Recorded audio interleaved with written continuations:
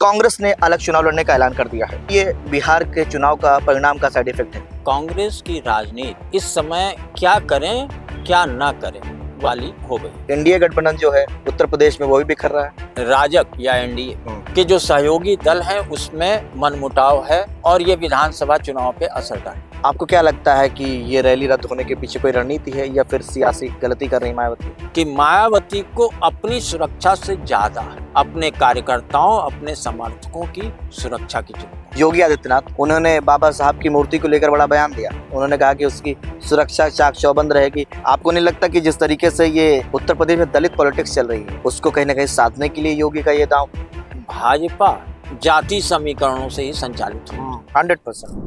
उत्तर प्रदेश विधानसभा चुनाव 2027 में है, लेकिन ठीक एक साल पहले उत्तर प्रदेश में पंचायत चुनाव है, जिसको लेकर सभी राजनीतिक पार्टियां ये मानकर चल रही हैं कि ये 27 का सेमीफाइनल है।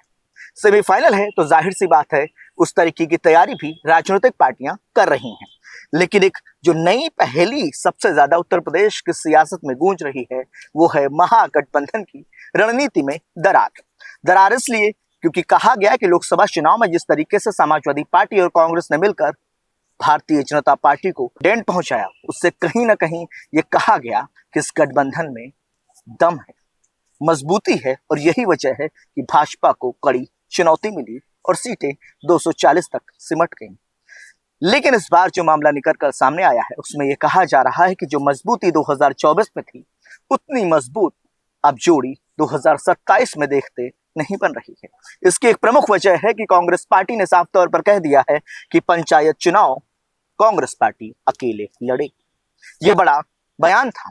इसके कई पहलू भी हैं और कई तरीके की किस्म की राजनीति भी निकलकर सामने आती है कि क्या कांग्रेस पार्टी नहीं चाहती है कि समाजवादी पार्टी के साथ उसके वोटर क्लैश करें, क्योंकि जिस तरीके से कांग्रेस पार्टी रणनीति अख्तियार कर रही है उससे ये कहा जा रहा है कि कांग्रेस पार्टी को चाहती है कि उसका अपना वोट बैंक हो और जो वोट बैंक जनाधार खिसक चुका है उसे मजबूती से लाया जाए।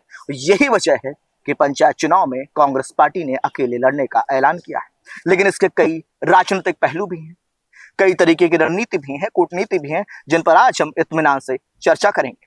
नमस्कार, मैं अमित विक्रम और आप देखना शुरू कर चुके हैं हमारा खास प्रोग्राम संवाद, जहां पर हम तमाम राजनीतिक मुद्दों पर इत्मीनान से चर्चा करते हैं। तो चर्चा के लिए आज हमारे साथ मौजूद हैं संदेशवाहक अखबार के स्थानीय संपादक सूर्यकांत त्रिपाठी जी। सर, मेरा पहला प्रश्न आपसे इंडिया गठबंधन को लेकर रहेगा। कांग्रेस ने अलग चुनाव लड़ने का ऐलान कर दिया है। ये गठबंधन आपस में इतना क्लैश क्यों कर रही? रणनीति हो, कूटनीति हो, या फिर ये बिहार के चुनाव का परिणाम का साइड इफेक्ट है? क्या लगता है आपको? अमित जी, कांग्रेस पिछले कुछ चुनाव में लगातार प्रयोग करती दिख रही। कहीं वो फ्रेंडली फाइट करती दिखती है, बिहार चुनाव देख लो। कहीं वो इंडिया गठबंधन में रहते हुए अलग से चुनाव लड़ती है, बंगाल में देख लीजिए। यही हालत उसकी यूपी में दिखाई पड़े। पसोपेश एक तरीके से अगर हम कहें कि कांग्रेस की राजनीति इस समय क्या करें क्या ना करें वाली हो गई। शीर्ष नेतृत्व उनका कंफ्यूज है, क्षेत्रीय नेता कंफ्यूज दिखाई पड़ते हैं, या इसको कहिए कि वो अपनी रणनीति अपने हिसाब से तय करना चाहते हैं। बिहार का इससे साइड इफेक्ट हम इसलिए भी कह सकते हैं कि बिहार में जो रिजल्ट आए कांग्रेस के, उसकी उम्मीद कांग्रेस को नहीं। बिल्कुल। कांग्रेस को लगा कि हम अगर राजद के साथ मिल करके चुनाव लड़ते हैं तो हमें एक फायदा मिलेगा, जैसा कि पिछली बार दिखा था। इस बार उन्हें ये लग रहा है जब रिजल्ट आया तो इन्हें लगा कि नहीं, अगर हम शायद अकेले लड़ते हाँ तो ज्यादा फायदे में। ये स्थितियां उत्तर प्रदेश में भी उन्हें दिख रही। उन्हें लग रहा है कि अगर हम लोकसभा चुनाव में 17 सीटें 17 में 6 सीटें पा सकते हैं तो हम यहाँ बहुत अच्छा प्रदर्शन कर सकते हैं। 6 का मान, अगर लोकसभा में 6 सीटें हैं, हाँ, इसका तो मतलब है 30 कि कम से 30-32 सीटें लगभग विधानसभा में मानी जाती हैं। और 17 सीटों में भी वो सीटें दी गई थी कांग्रेस को, हाँ, जिनको माना जा रहा था कि वहां न तो सपा जीत पाएगी और न ही कांग्रेस जीत पाएगी, तो वो सीटें दी गई थी। और कांग्रेस को ये बात बहुत खली भी थी।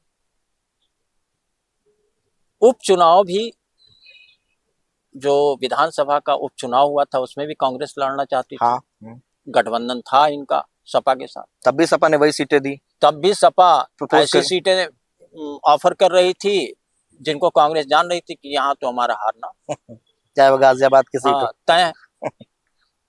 तो उससे भी अंदर खाने असंतोष पैदा हुआ कांग्रेस के मन में, और कांग्रेस ने ये तय किया कि हम चुनाव लड़ेंगे ही। इसका कहीं न कहीं असर मिल्कीपुर चुनाव में भी दिखाई पड़ा। विधानसभा उपचुनाव, अजीत प्रसाद जो अवधेश प्रसाद के बेटे, तो हारे। इसलिए क्योंकि कांग्रेस के साथ कुछ दलित वोट आ रहे हैं। हाँ। और इसका दावा भी कांग्रेस हर बार करती रही कि अगर सपा और कांग्रेस मिल करके लोकसभा चुनाव में इतनी सीटें उत्तर प्रदेश में ला सकी है तो उसमें कांग्रेस के वो दलित वोट थे जो सपा में भी शिफ्ट हुए। अब रही बात उत्तर प्रदेश के चुनाव की, तो अब ज्यादा दिन पंचायत चुनाव को रह नहीं गए। मैं 6-7 महीने। ग्राम पंचायत ग्राम प्रधानों का कार्यकाल मई में खत्म हो जाएगा और ब्लॉक प्रमुख और जिला पंचायत अध्यक्षों का जुलाई तक खत्म हो जाएगा। 6-7 महीने मैक्सिमम। तो मान के चलिए कि अप्रैल तक चुनाव हो सकता। कांग्रेस को ये लग रहा है उत्तर प्रदेश में कि अगर हम अकेले चुनाव लड़ते हैं तो हम जमीनी आधार पर युवाओं को जोड़ सकते हैं पार्टी के साथ। और अगर हमारे साथ युवा जुड़ते हैं, हम अपनी क्षेत्रीय जमीन, जहां कभी हमारा वोट बैंक मजबूत हुआ करता था, जहां हमारा जनाधार कभी मजबूत दबदबा हुआ करता था, तो हम धीरे धीरे ही सही, हाँ, वहां अपनी स्थिति मजबूत करेंगे। और उसका फायदा हम विधानसभा चुनाव में अगर गठबंधन करना होगा तो हम बार्गेन करके अपनी शर्तों पे करेंगे और बार्गेन करके मैक्सिमम सीटें हासिल करना चाहेंगे सपा के साथ। और आप देखिए, अजय राय पहले भी घोषणा कर चुके हैं कि हम एमएलसी चुनाव, जो 11 एमएलसी चुनाव होने हैं उसमें हम अकेले कांग्रेस पार्टी लड़ेगी। लेकिन ये जो कांग्रेस पार्टी का डिसीजन है कि पंचायत चुनाव वो अकेले लड़े, इसमें एक बड़ा सवाल सपा पहले ही स्पष्ट कर चुकी है। हालांकि अखिलेश यादव ने इसको स्पष्ट नहीं किया है कि वो पंचायत चुनाव में इंटरेस्ट नहीं रखती है, दिलचस्पी नहीं रखती। जब सपा ने ये स्पष्ट कर दिया कि वो पंचायत चुनाव में दिलचस्पी नहीं रखती, ऐसी स्थिति में कांग्रेस को ये कहने की जरूरत क्यों पड़ी कि वो पंचायत चुनाव अकेले लड़ेगी? ये एक बड़ा सवाल। भाई, अगर आपका सहयोगी नहीं लड़ रहा है तो आपको कहने की जरूरत क्यों है? आप तो अकेले वही हैं, वैसे भी अकेले। मैसेजिंग तो ये मैसेज किसको दे रहे हैं? ये मैसेज आप अखिलेश को दे रहे हैं, सपा को दे रहे हैं कि आप कांग्रेस को हल्के में न लीजिए, बिहार चुनाव के रिजल्ट को उत्तर प्रदेश के चुनाव से न जोड़िए। अगर बिहार चुनाव के रिजल्ट को उत्तर प्रदेश के चुनाव से जोड़ते हैं तो आप मुगालते में हैं,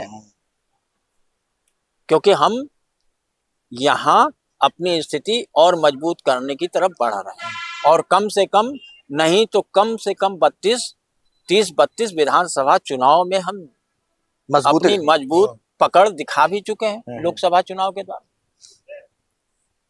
तो ये एक मैसेज अखिलेश यादव को देना था, इसलिए। और ये मैसेज कहां से दिया गया? ये मैसेज दिया गया दिल्ली दरबार से,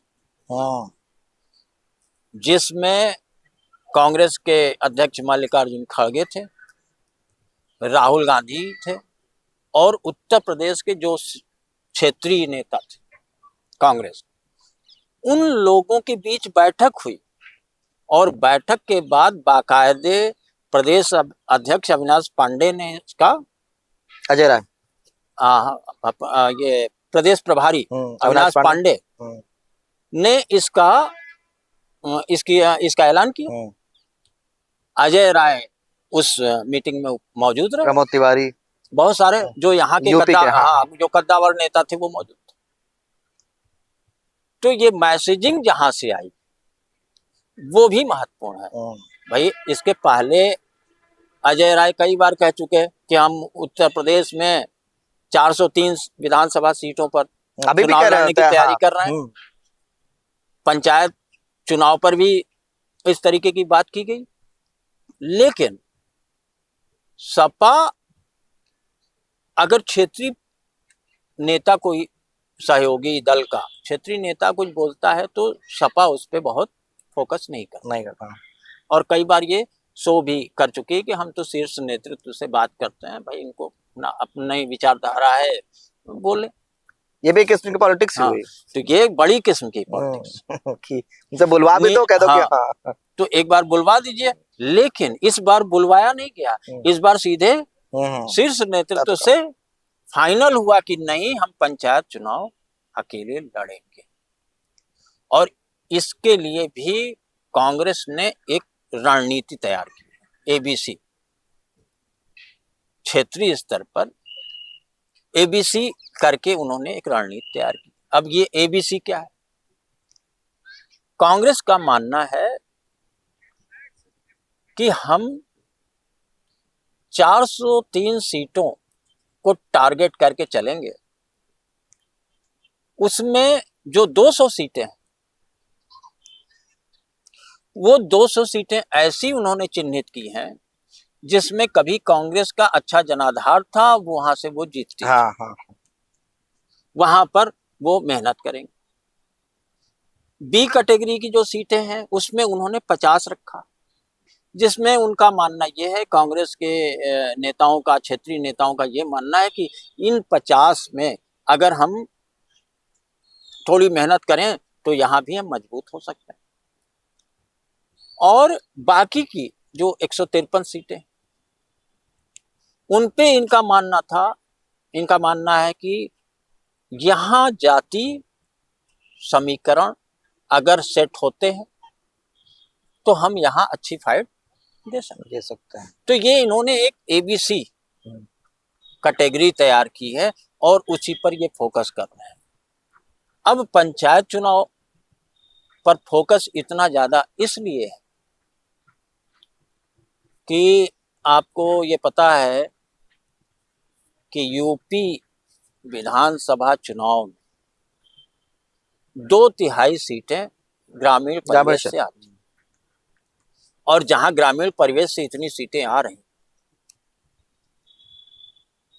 वहां पंचायत चुनाव बहुत ही महत्वपूर्ण हो जाता है। बिल्कुल, सेमीफाइनल कहते हैं लोग। ये बात ठीक है कि सिंबल पे नहीं लड़ा जाता, लेकिन एक तरीके से 2/3 सीटों पर पूरा जोर जो भी दल चुनाव में उतरता है वो लगाने की कोशिश करता है। विशेषकर राष्ट्रीय पार्टियां तो लगाती ही लगाती हैं, ताकि वो ये देख सकें उस परिणाम से कि उन सीटों पर अगर देखिए तो 4, 5 या 6 क्षेत्र पंचायत को जोड़ दिया जाए तो एक विधानसभा सीट बनती है। तो ऐसी स्थिति में वो उन क्षेत्र पंचायतों में अपनी स्थितियां देखते हैं, ग्राम पंचायतों में अपनी स्थितियां देखते हैं और उसके आधार पर ये तय करते हैं, उसके परिणाम को देख करके, कि यहाँ पे हम क्या कर सकते हैं। कांग्रेस ने क्या किया? कांग्रेस युवाओं को जोड़ने के लिए एक कदम आगे बढ़ रही है और उसने कहा कि ठीक है, जो जितना सदस्य बनाएगा अपने क्षेत्र, उस कार्यकर्ता को चुनाव, पंचायत चुनाव हम लड़ाएंगे। दूसरा, उन्होंने लोगों को जोड़ने के लिए और अपने कार्यकर्ताओं को प्रेरित करने के लिए दूसरा दांव चलाया कि अगर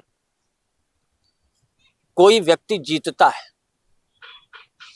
तो उसके लिए हम विधानसभा चुनाव में भी सोचेंगे, यानी उसको टिकट देकर के हम उतार सकते हैं जो पंचायत चुनाव में बेहतर परफॉर्म करता है। तो वहां पर कि जीत लाओ टिकट पाओ वाला फार्मूला लागू किया। तो कांग्रेस इन्हीं रणनीतियों पर फिलहाल चल रही है, लेकिन इन रणनीतियों का सबसे ज्यादा नुकसान सपा को, और सपा को दो तरह से नुकसान होगा। एक तो ये कि विधानसभा चुनाव के पहले एक संदेश जनता में जाएगा कि हम, मतलब इंडिया गठबंधन उत्तर प्रदेश में दरक रहा 100%, और ये दरकन की वजह से संभावना ये है कि राहुल गांधी और अखिलेश यादव की जोड़ी टूट रही या टूट चुकी। एक संदेश तो यही जाएगा।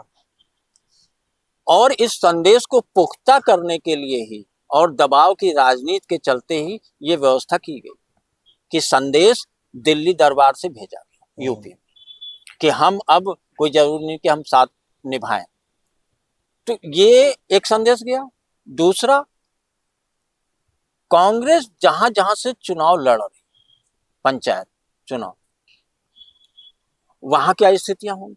वहां स्थितियां ये होंगी कि जो पिछड़ा वर्ग का है, जो सपा का समर्थक है, अगर सपा चुनाव नहीं लड़ती तो स्वाभाविक है वो कांग्रेस की तरफ मूव करे। तो दलित जो कांग्रेस के साथ जुड़े हैं वो भी मूव करेंगे और ये एक तरीके से ऐसी स्थिति पैदा होगी कि सपा के अपने ही जनाधार में सेंध लग सकती है। कांग्रेस अगर अकेले चुनाव लड़ रही है और सपा उससे दूरी बनाए रखती है तो। तीसरी बात कि इसका जो व्यापक असर है वो पूरी तरह से विधानसभा चुनाव में पड़ेगा। क्यों? क्योंकि सपा को माना जाता है कि ग्रामीण परिवेश में इनकी ठीक ठाक पकड़ है। ऐसे में अगर कांग्रेस वहां अपनी पकड़ मजबूत कर लेती इन चुनाव के जरिए तो उसका सीधा असर सपा पे जाएगा और उसका सीधा फायदा सत्तारूढ़ दल भाजपा को जाएगा। तो कुल मिला जुला करके अगर आप देखिए तो विधानसभा का साइड इफेक्ट बिहार चुनाव का तो है ही,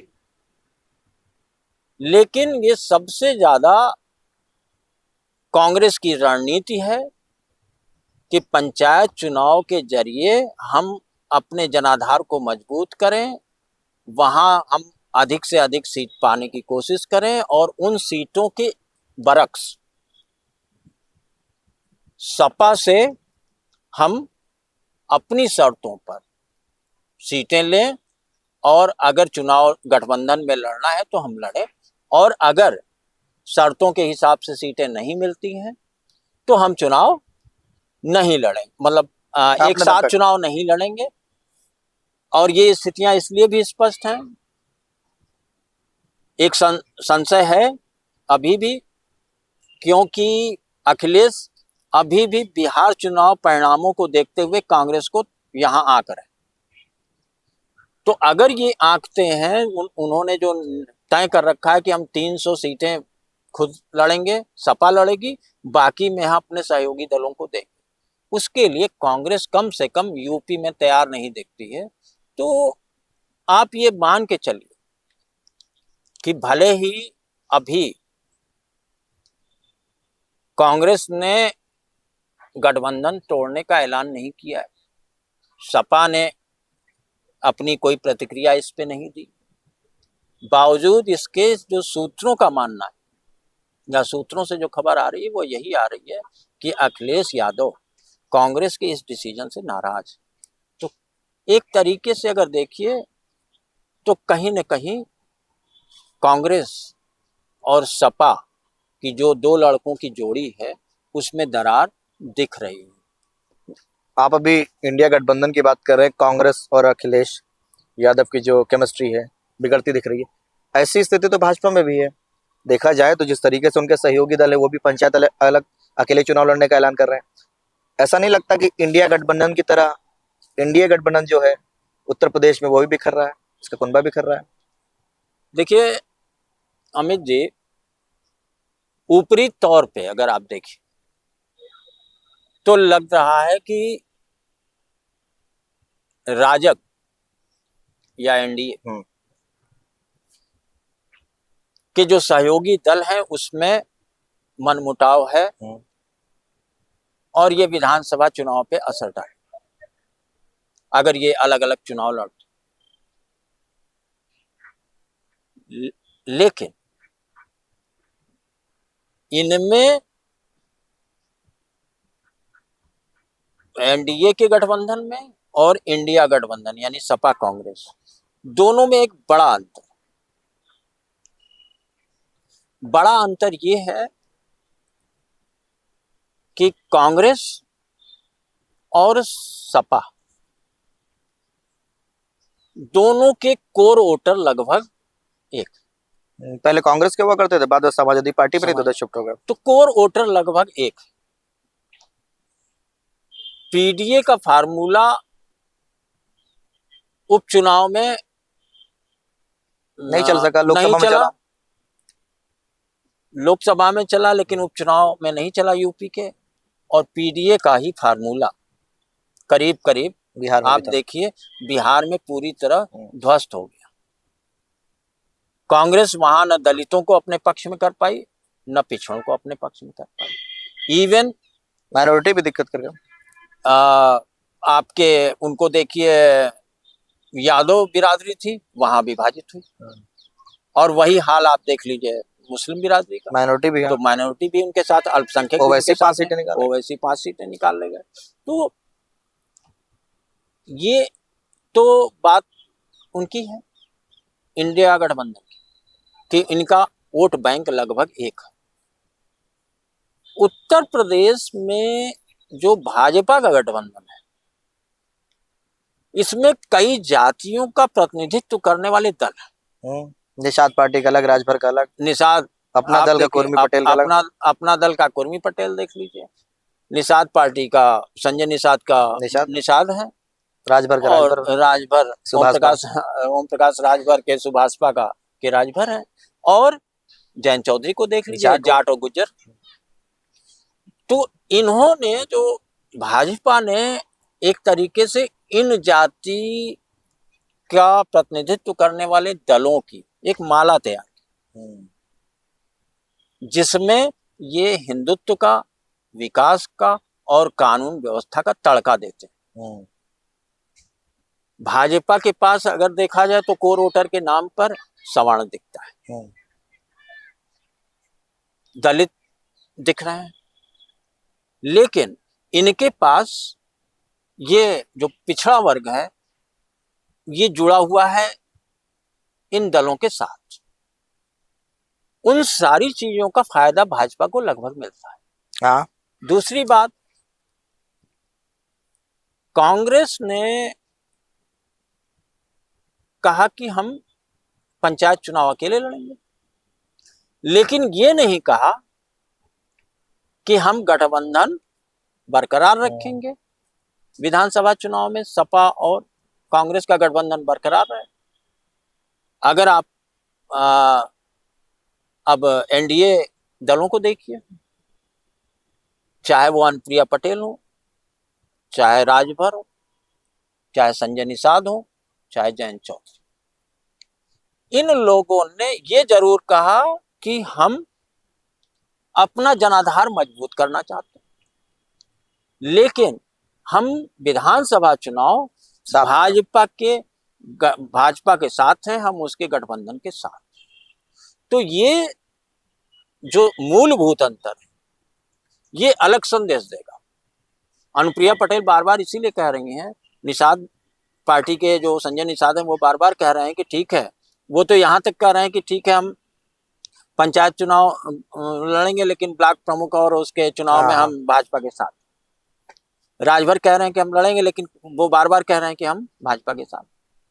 तो ये संदेश जनता तक जाता है कि ठीक है, यहाँ तो हम लड़ रहे हैं, लेकिन यहाँ ये लोग लड़ रहे हैं, लेकिन अल्टीमेट जो उत्तर प्रदेश का विधानसभा चुनाव होगा उसमें ये सारे दल एक साथ जोड़ के चुनाव लड़ेंगे। दूसरी बात आप देखिए कि विधानसभा चुनाव और ग्राम पंचायत चुनाव में एक मूलभूत अंतर होता है। ग्राम सभा के चुनाव, ग्राम पंचायतों के चुनाव क्षेत्रीय और स्थानीय मुद्दों पे लड़े जाते, जबकि विधानसभा चुनाव प्रदेश लेवल की समस्याओं पर, प्रदेश लेवल के मुद्दों पर लड़े जाते। ये बात सही है कि भाजपा के ये जो सहयोगी दल हैं वो जब अलग अलग चुनाव लड़ेंगे, भाजपा अलग चुनाव लड़ेगी पंचायत, तो ऐसा नहीं है कि नुकसान नहीं होगा।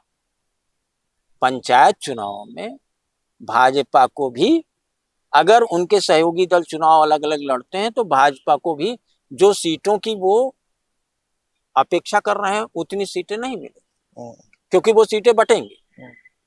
चाहे वो अनुप्रिया पटेल के पास चली जाए, चाहे वो जयंत चौधरी के पास जाए, और चाहे सुभाषपा के पास जाए या निषाद के पास जाए, तो वहां एक बंटवारा होगा।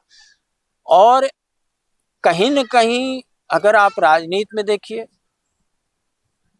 तो इसका असर थोड़ा बहुत ही सही, अगर ये जो सहयोगी दल हैं वो भी इसीलिए अलग चुनाव लड़ रहे हैं क्योंकि दबाव बन सके भाजपा पे अधिक सीट लेने का, विधानसभा चुनाव में अधिक सीट लेने का दबाव बन सके। अगर ये अधिक सीटें जीतते हैं तो वो स्वाभाविक है एक दबाव बनेगा भाजपा पर, और भाजपा को ये सोचना पड़ेगा उस समय कि हम अपने सहयोगी दलों को किस तरीके से संतुष्ट करें कि वो हमारे साथ बने रहें। तो निश्चित रूप से इसका नुकसान, अलग अलग जब भी चुनाव लड़े जाते हैं गठबंधन के सहयोगियों द्वारा, तो उसका नुकसान होता ही है। इसका उदाहरण आपको फ्रेंडली फाइट में बिहार चुनाव में दिख ही चुका है। तो अगर आप देखें तो मूलभूत तो अंतर है कांग्रेस और सपा गठबंधन के चुनाव लड़ने, लेकिन भाजपा के इसमें वो अंतर नहीं दिखता है। तो अगर आप कुल मिला के देखिए तो संदेश, चाहे एनडीए गठबंधन चुनाव अलग अलग दल लड़े और चाहे सपा और कांग्रेस, राजनीति में दोनों को ही नुकसान की संभावनाएं बरकरार। अच्छा, पंचायत चुनाव को लेकर अब मायावती का जिक्र कर लेते हैं। अभी हालिया में नोएडा में उनकी विशाल रैली होने वाली थी, वो अचानक से रद्द हो गई। आपको क्या लगता है कि ये रैली रद्द होने के पीछे कोई रणनीति है या फिर सियासी गलती कर रही मायावती? देखिए अमित जी, हमने आपको कहा था कि मायावती प्रयोगवादी, राजनीति में सबसे ज्यादा प्रयोग मायावती ने किए उत्तर प्रदेश में। लखनऊ की जो रैली हुई, कांसीराम के परिनिर्वाण दिवस पे 9 अक्टूबर। 9 अक्टूबर को, उसमें जबरदस्त भीड़ आई। बहुत ज्यादा। मायावती उस भीड़ को देख के गदगद भी थी। मायावती को लगा कि अगर हम जमीन पर उतरते हैं तो हमें जनाधार, जो खोया हुआ जनाधार है, वो बहुत कुछ मिल जाएगा, हासिल हो जाएगा, और हमारा कोर वोटर बिखरेगा नहीं।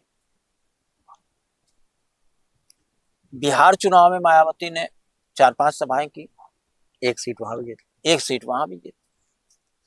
तो इससे भी वो गदगद थी, खुश है कि हमने बहुत कोशिश नहीं की, लेकिन हम 1 सीट जीतने में कामयाब रहे।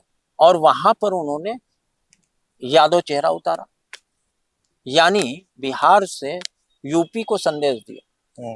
यूपी के पिछड़े जो समुदाय के लोग थे उनको संदेश दिया कि मायावती या बसपा सर्वजन हिताय सर्वजन सुखाय की बात करती, उनके लिए पिछड़ा, दलित, मुस्लिम, सवर्ण में कोई अंतर नहीं, वो सबको टिकट देने को तैयार। ये एक संदेश उससे दे दिया। अब आप यहां देखिए कि नोएडा में वो नहीं गए। अचानक वो 2 दिन पहले ऐलान कर देती हैं कि हम नोएडा में प्रेरणा स्थल पर, जो बाबा साहब भीमराव अंबेडकर का परिनिर्वाण दिवस 6 दिसंबर को मनाया जाता है, तो नोएडा में खूब भीड़ लगती है। वैसे भी जितने भी अंबेडकर स्मारक हैं वहां पर इस दिन उनके समर्थक, विशेषकर दोनों कार्यक्रमों को अलग आप नहीं देख सकते। अंबेडकर की स्मृति में जो भी चीजें होती उसमें बसपा का सबसे बड़ा रोल होता है। और एक तरीके से ये कार्यक्रम बसपा और डॉक्टर भीमराव अंबेडकर के कार्यक्रम एक सिक्के के 2 पहलू। जितने समर्थक हैं सारे के सारे लोग जाते हैं और अपनी बात रखते हैं, सुनते हैं, और एक जमावड़ा, बड़ा जमावड़ा इस समय होता है। मायावती ने इसके लिए रैली आयोजित की, सारी तैयारियां हो गई, पूरी झंडे लग गए, सब कुछ हो गया कि कौन कहां से आएगा, कितनी बसें जाएंगी। और ये हुआ, राजनीतिक पंडितों ने तो यहां तक कह दिया कि मायावती यहां से गुज्जर जाट और जाटों को साधेंगी, पिछड़ों को साधेंगी, और ये जैन चौधरी के लिए मुसीबत हो सकती। सारे चीजें एकदम पिक पे थी, लेकिन मायावती ने ऐन मौके पर ठीक 2 दिन पहले ये ऐलान कर दिया कि हम नोएडा की रैली को संबोधित नहीं करेंगे। और उसका कारण उन्होंने जो बताया कि चूंकि उस समय बहुत भीड़ इकट्ठा होती है, महापुरुषों को, जो दलित समाज के महापुरुष हैं, उनके इस स्मारकों में उनके जन्मदिन पर, उनके निर्माण दिवस पर भीड़ होती है बहुत ज्यादा। तो अगर हम जाएंगे तो हमारी सुरक्षा व्यवस्था से उनको दिक्कत होगी, और ये वैलिड पॉइंट लगता है आपको? इसलिए हम नहीं जाए। अब सवाल ये है कि क्या मायावती जहां जाएंगी उनकी सुरक्षा उनके साथ नहीं जाएगी? बिल्कुल होती है, सुरक्षा जाएगी। तो जब सुरक्षा जाएगी तो क्या वो रैलियों को संबोधित करना बंद कर दें? छोड़ दें तो फिर? तो अगर रैलियों को संबोधित करना बंद कर देंगे, कोई भी नेता इस देश का, प्रदेश का या क्षेत्रीय, अगर वो रैलियों को संबोधित करना बंद कर देगा तो उसकी तो राजनीति खत्म हो गई। बिल्कुल। तो ये सवाल बड़ा है कि मायावती ने अगर तर्क भी दिया कि हम इसलिए नहीं जा रहे हैं कि उनकी सुरक्षा व्यवस्था से समस्याएं पैदा होंगी, तो ये तर्क लोगों के गले के नीचे नहीं उतर रहा। सही बात है। तो सवाल उठ रहा है, विपक्षी पार्टियां भी सवाल उठा रही हैं कि भाई मायावती ने ऐसा क्यों किया। देखिए, अगर मायावती की इस रणनीति को समझने की कोशिश करेंगे आप, तब मायावती के इस डिसीजन को हम समझ पाएंगे। और मायावती की जो प्रयोगवादी राजनीति रही, उसको बिना समझे इसको नहीं समझ सकते कि मायावती ने ये घोषणा क्यों की। मायावती ने दो काम किए इस रैली से न जाकर। एक काम, उन्होंने कार्यकर्ताओं तक ये संदेश पहुंचा दिया कि मायावती को अपनी सुरक्षा से ज्यादा अपने कार्यकर्ताओं, अपने समर्थकों की सुरक्षा की चिंता, और वे मानवीय आधार पर ऐसा सोचती। तो एक तरीके से जाटो बिरादरी जो उनकी कट्टर समर्थक है, उन पे ये संदेश, पश्चिमी उत्तर प्रदेश के जाटो बिरादरी में ये संदेश चला गया कि बहन जी हम लोगों के लिए नहीं, हम लोगों की सुरक्षा को देखते हुए नहीं आई। मानवीय आधार पर उन्होंने बहुत अच्छा डिसीजन। एक तो ये गया। अब दूसरी चीज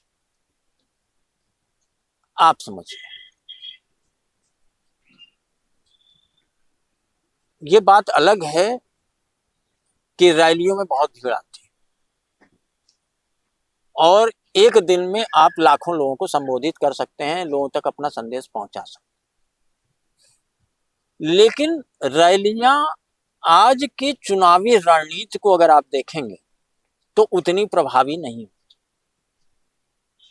क्योंकि रैलियों में तो बहुत भीड़ लगती है नेताओं के साथ और रिजल्ट आता है जीरो। तमाम ऐसी रैलियां रही। जनसुराज को ले लीजिए। हाँ यार, हर पार्टी में देख लीजिए कि रैलियों में भीड़ बहुत है, पता चला कि वहां उनका कैंडिडेट जमानत नहीं ऐसा यूपी में कांग्रेस के साथ भी होता है। तो भीड़ बहुत दिखती है लेकिन जमानत नहीं बचा पाती। तो उसके लिए रणनीति क्या है? उसके लिए रणनीति ये होती है कि बूथ लेवल मैनेजमेंट किया जाए, माइक्रो मैनेजमेंट जो भाजपा करती। उसकी रैलियां सिलेक्टेड होती हैं लेकिन जनता तक वो 365 दिन एक्टिव रहते हैं, जनता के भी। ये तो है।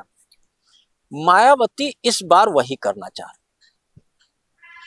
मायावती ने ये लगभग तय कर लिया है कि बड़ी रैलियों से, चुनाव के पीक आवर को छोड़ करके बड़ी रैलियों से बचा जाए और छोटी छोटी सभाएं की जाए और अपने कार्यकर्ताओं को, पदाधिकारियों को उत्साहित किया जाए, उन्हें आगे बढ़ाया जाए ताकि वो उस क्षेत्र में घर घर जाकर के अपने को मजबूत कर सके। तो ये रैली में न जाना भी मायावती के लिए चर्चा का विषय हो गया, लेकिन उनकी अगली रणनीति यही है कि वो अब बड़ी रैलियों में आपको शायद ही कमोबेश, चुनाव को छोड़ दिया जाए तो बड़ी रैलियों में अब शायद ही वो दिखें, लेकिन वो पूरे प्रदेश को छोटी छोटी सभाओं में अपनी मौजूदगी दर्ज करा करके मथने की तैयारी में, जैसा कि वो कई बार कह चुकी हैं। वो नाइट हाल्ट करने की तैयारी में है और रात्रि प्रवास करेंगी, वहां कार्यकर्ताओं से मिलेंगी, उनकी समस्याओं को जानेंगी। इस तरीके की एक पूरा प्लान बसपा ने तैयार किया। तो इस तरीके से मायावती की मौजूदगी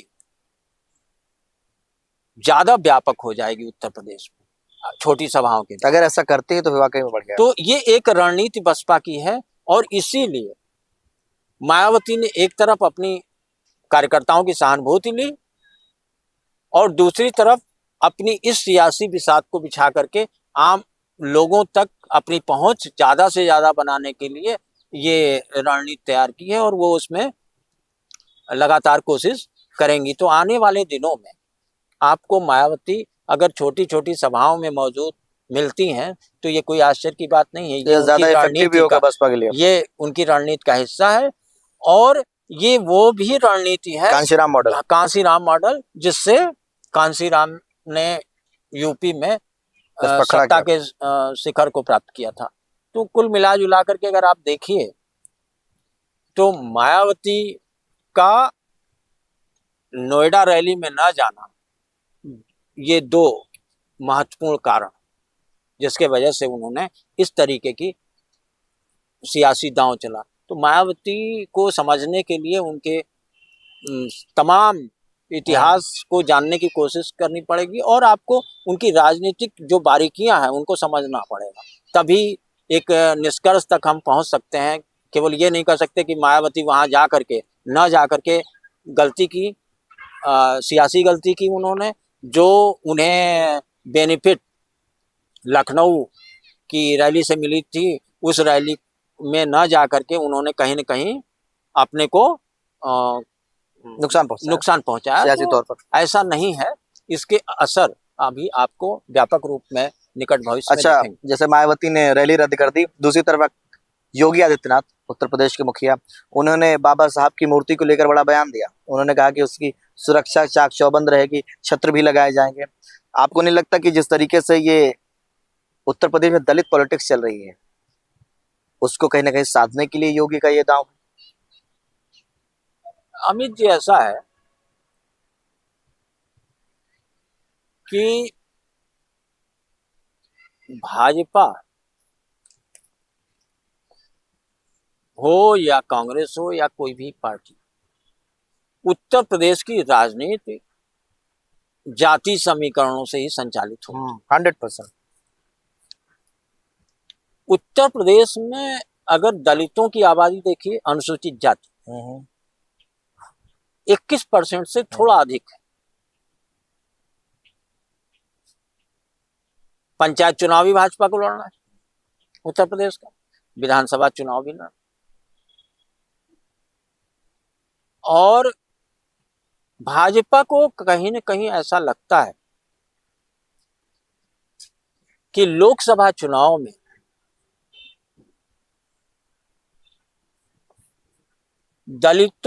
जो दलित उनकी तरफ बहुत तेजी से बढ़े थे, जो सपा में नहीं जा रहे थे, कांग्रेस में नहीं जा रहे थे, बसपा को कमजोर होता देख उसे छोड़ चुके थे, तो वो बहुत तेजी से भाजपा के साथ आए। लोकसभा चुनाव में भाजपा को लगा कि दलित हमसे खिसके, वो आरक्षण का मुद्दा हो, पिछड़े हमसे खिसके। भाजपा पिछड़ों पर फोकस करती है अपने सहयोगी दलों के थ्रू, और दलितों पर फोकस करती है अपने थ्रू, क्योंकि उसका एक बड़ा कारण, उसका कारण यह है कि सपा के कार्यकाल में